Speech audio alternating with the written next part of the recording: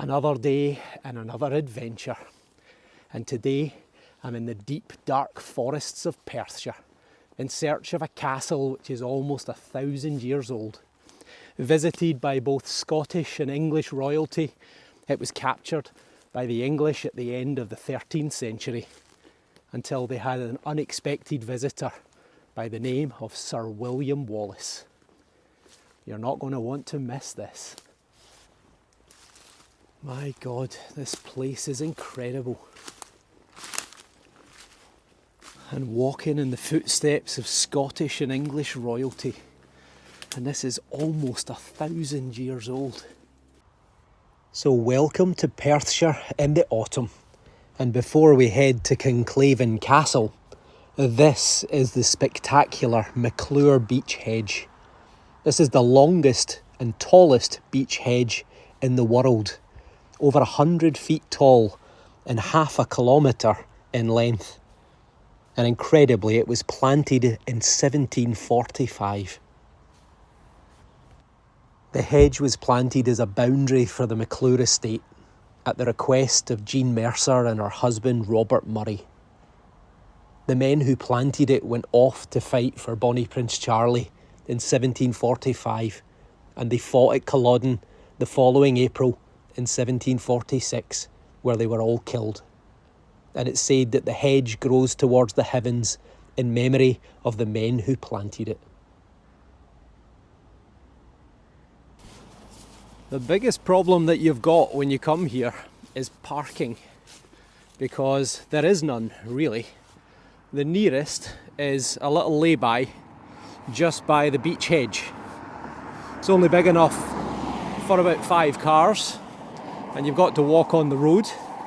But once you get to this junction here, which is signposted Kinclaven, Murthly, Stanley and the Ballathi House Hotel, you can turn off to the right, and that's going to take you towards the old Kinclaven Bridge. I'm going to take a walk through here to save me from being knocked down on the road. The road to the old Kinclaven Bridge is just off to my left hand side. So I'm going to take this down towards the bridge, and then I'm actually going to take you underneath the bridge so we can have a look at it, because it's pretty spectacular. And this is early November, so the leaves are full of colour. Perthshire's known as big tree country because some of the oldest, most mature trees in Scotland are found in Perthshire. So just here on the right you've got the remnants of an old gateway, and this is probably from the 18th or very early 19th century, and that's an avenue with these 2 huge big gate pillars, which would have been an entrance probably to Meikleour House, which is about half a mile straight ahead of us.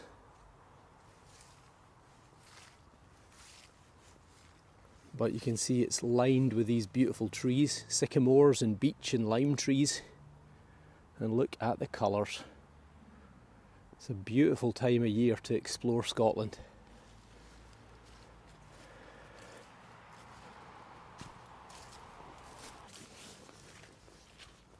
So the sun's kind of in my face at the moment, but Meikleour House is over on my right, on the other side of those trees.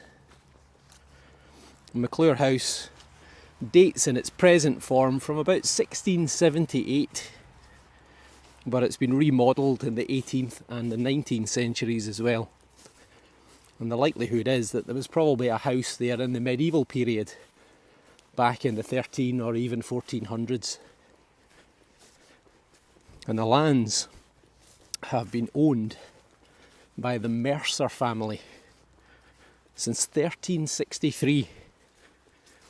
And they've got a title which is the Marquis of Lansdowne. And they still live there today. They own most of the estate, which is about 4,000 acres. They farm about half of it, and the rest of it is run by tenants or it's forestry. And by tenants I don't mean the lager, I mean as in they rent it out to tenants as landlords. So you can just start to see the bridge coming through, which is the bridge known as the Kinclaven Bridge, which spans over the River Tay. Thankfully the sun is just about to go behind that cloud, which will help to see it in all its glory. So thankfully the sun is just disappearing slightly, which will give us a better angle to appreciate this beautiful bridge. So this is the Kinclaven Bridge, and it was built in 1905.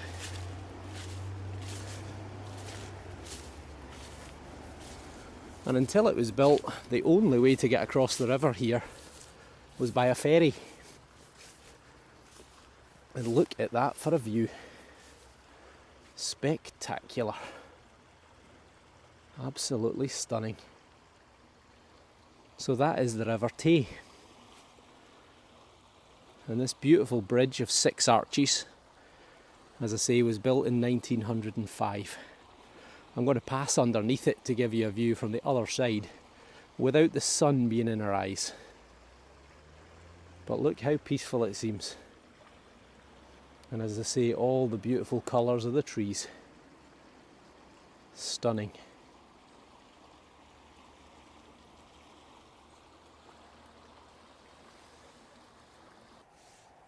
Now just for a moment, take a look at that. How is that for stunning? Unbelievably beautiful. Unbelievable. That is picture postcard perfect. The sun's just popped out at the right moment just to show it off. So there it is, the Kinclaven Bridge, built in 1905. So the river is the River Tay, which is the longest river in Scotland. And just about 100 yards down here on the left hand side is where the River Isla, which is a tributary of the Tay, that's where it joins. So this is a really, really popular salmon fishing spot for that reason. Now, it's also a site that's of huge strategic importance because of the river. The river, 120 miles long, cuts right through the centre of Scotland and was a huge barrier through history. People have been travelling through this area for as long as there's been humans here, probably 10 or 12,000 years. And there was a ferry here until 1905. So the only way to get across this river was by boat. And that's the reason that the castle sits on the high ground just in behind those trees, because it was here to control movement of people and goods. There are days when I think to myself that Scotland couldn't get any more beautiful. And then you get a day like this. Whew. Unbelievable. Utterly, utterly gorgeous. I know it's a word that I use far too often, but you can see why. Incredible. The colours, the blue sky, the little cottage there with a chimney. That's actually the old ferryman's cottage. So until they built that bridge in 1905, that's where the ferryman lived with his family. And they would have had a little boat here with a pulley system that they would have taken people over to the other side. Now the fort is just tucked in behind those trees, the castle, which is called Kinclaven Castle. And it's almost 1,000 years old. But I just saw a big salmon splash there. Do you see it again? Right out there in the water. Right, I'm going to head back towards the bridge, and then we're going to walk over it, and then we're going to make our way up to Kinclaven Castle. So to get to Kinclaven Castle, we're going to pass back underneath Kinclaven Bridge, which is right in front of us.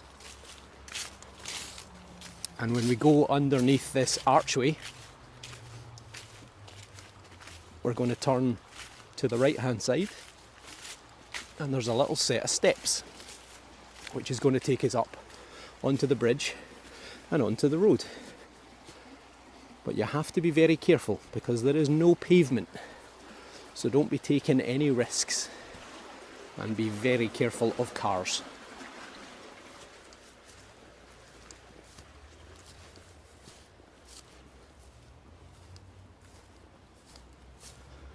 Here are the steps, right here, and there are traffic lights on the bridge, so cars will come from one direction only, but it will chop and change, and as you'll see, cars are flying right past,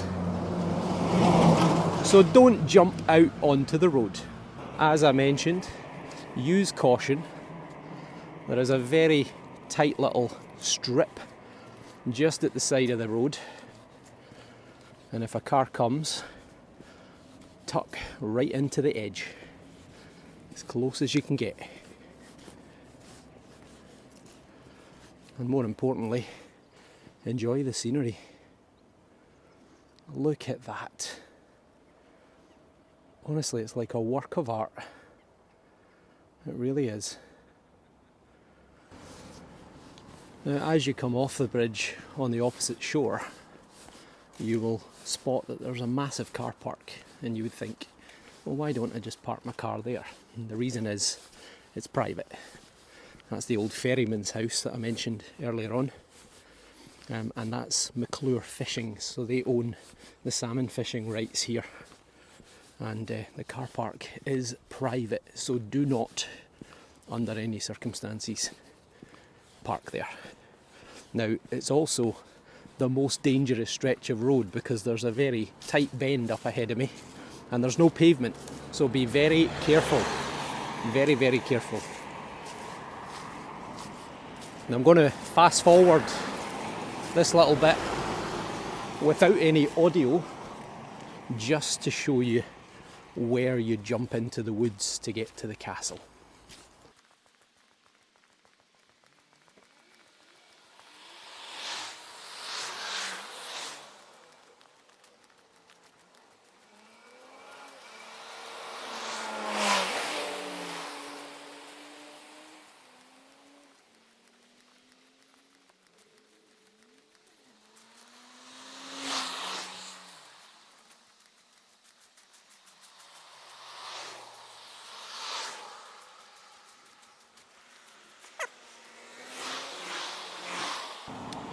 Just at this point here, as the trees start to disappear on the right hand side, is where I jump over the fence.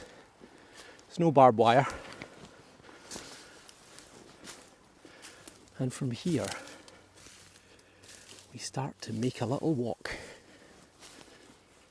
Now there's every chance we might spook a deer, so be careful, don't get a fright, which I usually always do. So, as I mentioned before, Sir William Wallace, our very own Braveheart, and ironically, thanks to a certain movie, there are lots of misconceptions about William Wallace.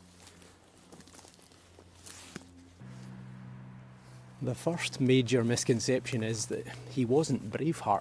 Braveheart was actually a reference to Robert the Bruce, but a certain director decided to incorporate Braveheart as the name for the movie. Now, what do we know about William Wallace? Well, the answer is not a lot.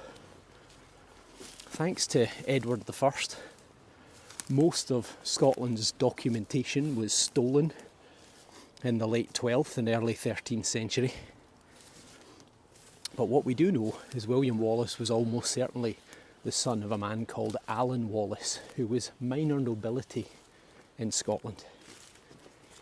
He was either from a place called Ellerslie in Ayrshire or Eldersley, which was in Renfrew, both of them to the southwest of Glasgow. Now, he comes to prominence following the death of one of Scotland's kings, a man called Alexander III. He died in 1286, and shortly thereafter is when William Wallace appears suddenly on the scene.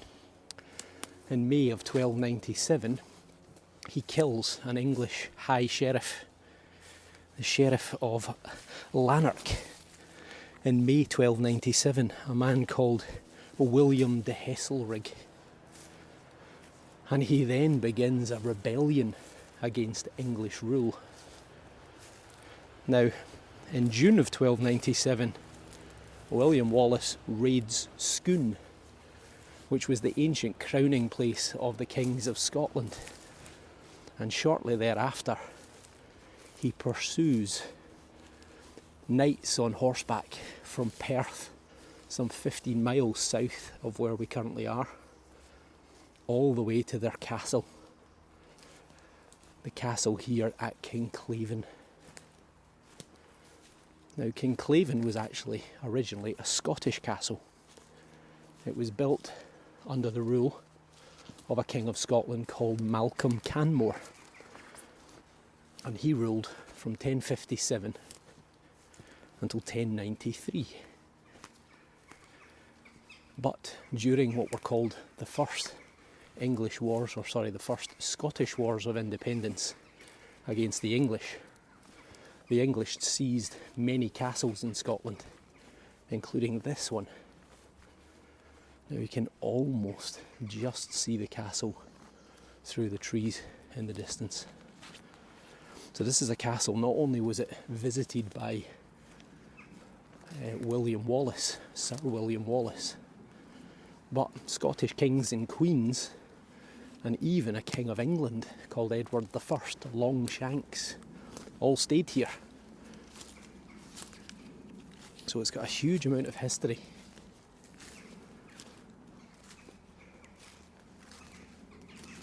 Now, all around this part of the castle there are various lumps and bumps and terraces which are partly defensive terraces and defensive ditches, but also probably the remnants of some old gardens, old vegetable gardens. And now you can see what is left of the castle. Now, it doesn't look like much from here, but it gets more impressive when we get inside.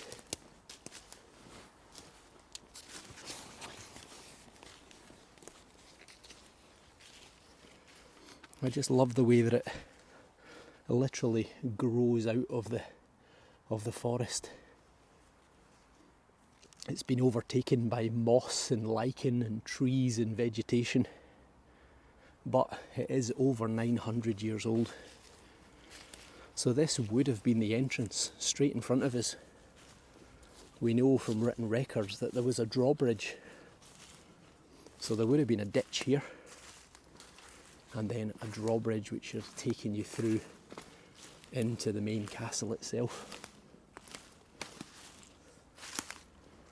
Now you can get an idea of the importance of this castle by the thickness of the walls, which are pretty incredible. They're over 2 metres thick. They're about 7'6" in thickness. Now originally they would have been faced with stone, but most of that stone has been robbed over the centuries for people to build houses. Why go and quarry your own stone when you can steal someone else's? So you'll see just here some of the original faced stone still exists, but as you go higher up, it's been stolen, it's been robbed away. So immediately here would have been a stairway that would have taken you up onto the upper parts of a walkway that would have completely surrounded the castle. It's relatively small, it's almost perfectly square. It's about 130 feet by 130 feet. And in each of the four corners there would have been a square tower. But you can see in part some of the masonry that still exists is 30 feet in height. Quite incredible. Now once you'd come through the main entrance into the courtyard, immediately on my left there would have been a stable block. So that's where you would have left your horse. And there would have been buildings around all of the walls. Over here the likelihood is there would have been a kitchen. And the reason the kitchen was probably here is because straight in front of us now you'll see the remnants of 3 windows. And that was the Great Hall. So that's where the parties happened. And next to the Great Hall would have been the lodgings for the laird. Now the Great Hall was a pretty big building. It was about 25 metres in length, which is getting on for 80 feet. And there would have been roughly a 6 metre wide building, which is 20 feet. And as I mentioned before, square towers in each of the corners. You can see the remnants of one of these towers just here. And look at the view. So that's the River Isla that we can see through there, which I walked down to earlier. And immediately in front of us, running left to right, is the River Tay. So you can see why they chose this spot to build a castle. You can keep a very close eye on what's happening, who's going where, and more importantly, you can tax people.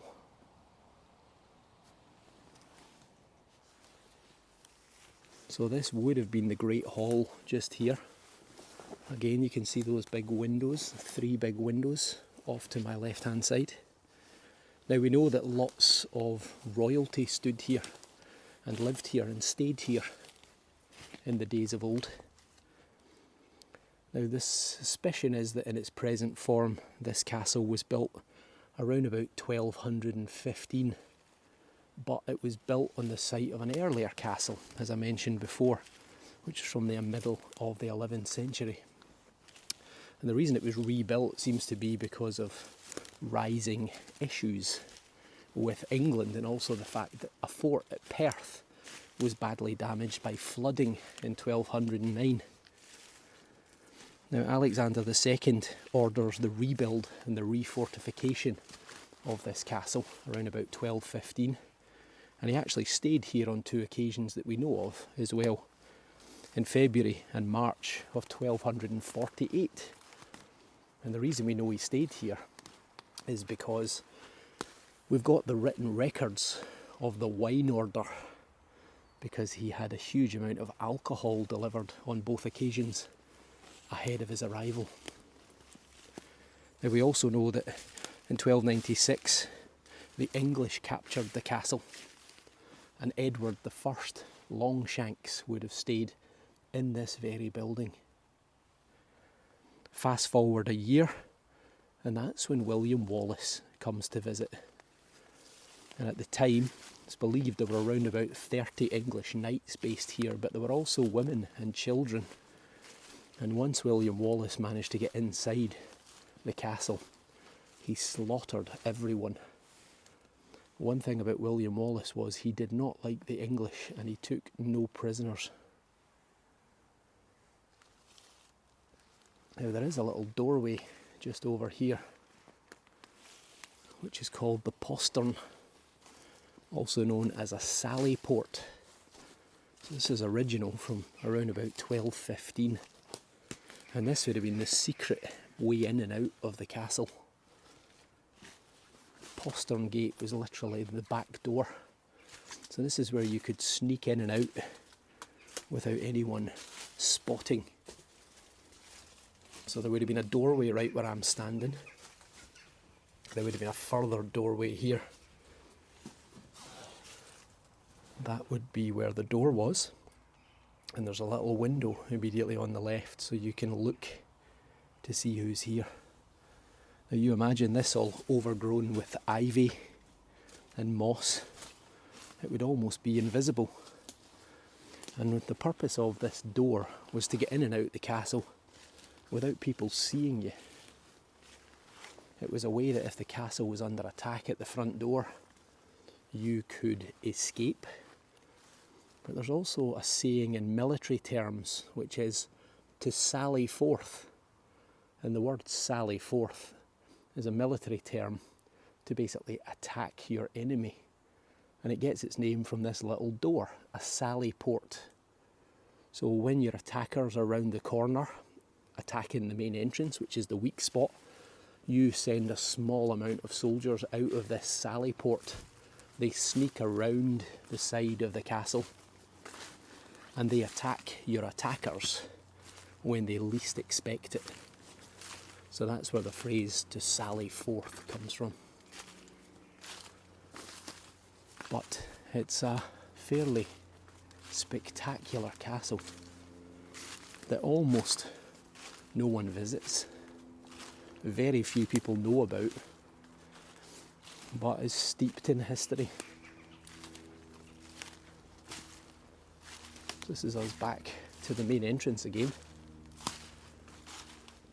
where the drawbridge would be.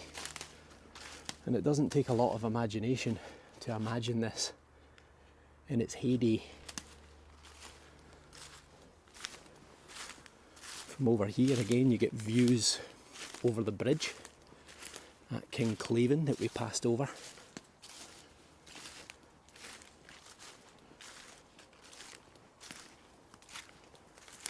And also down onto the river, which is the reason the castle was here.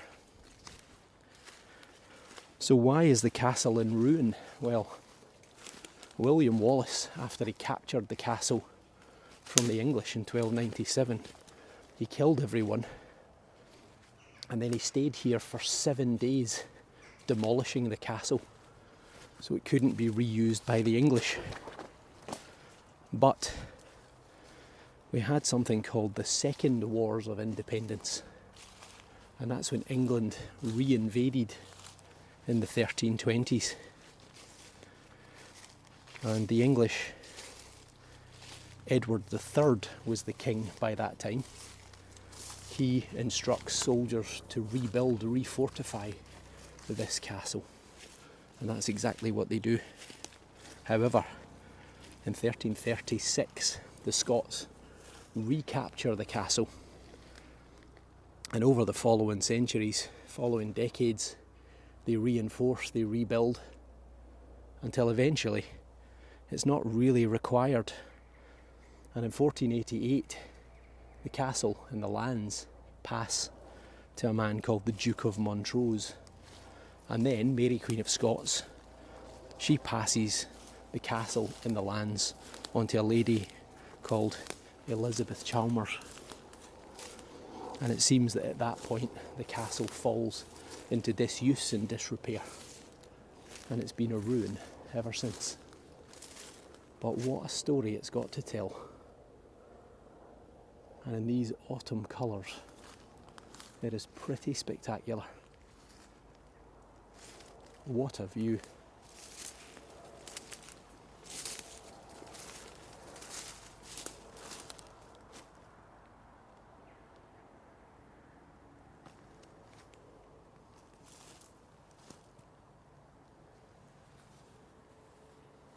I'll go and have a little look round the other side just so that you've seen all of the exterior of the castle.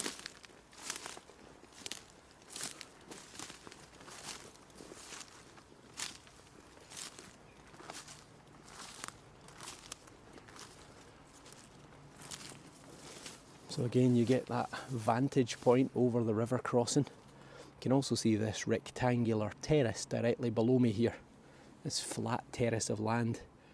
The suggestion is that that was gardens. That's where they would have grown vegetables and fruit.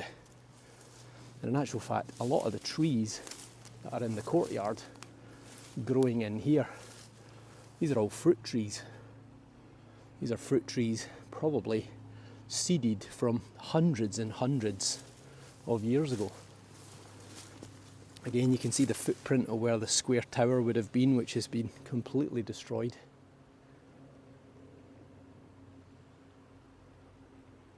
And there it is, the southern wall of the castle.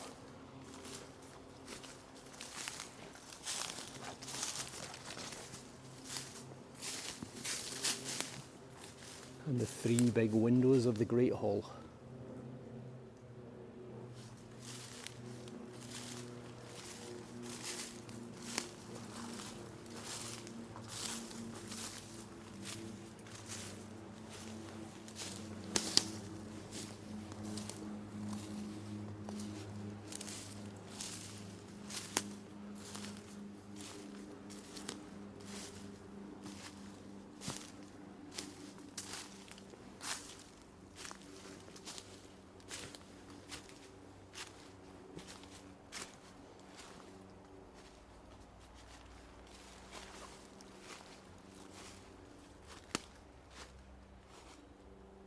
Unbelievably beautiful.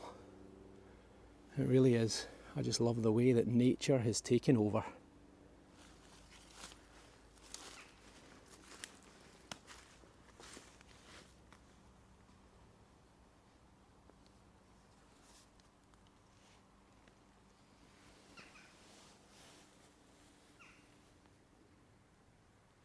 Well, hopefully you enjoyed my little virtual tour of Kinclaven Castle in Perthshire.